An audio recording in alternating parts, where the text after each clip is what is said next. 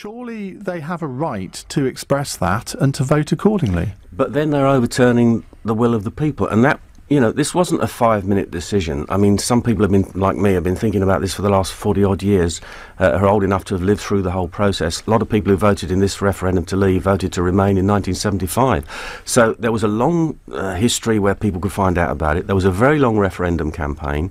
It isn't fair to say that people didn't know what they were voting on, because they did, and they knew what the consequences would be. Well, you can't say everyone did. The information is there for those that wanted it. You could, in any general election, both sides put their argument, and the public have to make their choice, and this is what they did in this instance. And now, particularly the House of Lords is saying, well, you made the wrong decision, and we're going to do everything we possibly can to overturn it.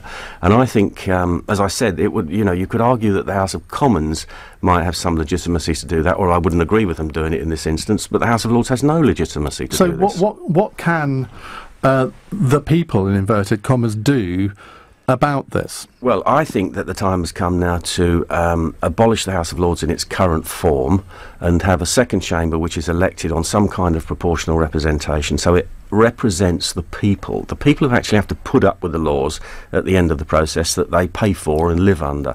I think we need some kind of system where I would have a certain segment appointed, people who've had long experience in public service, or heads of the army, people who've worked in the National Health, the fire service, people who know how society runs and functions because they had the job of making it happen. A small proportion could be appointed, those kind of people, and the rest should be elected on a PR system. You didn't frankly have the balls to put country before party.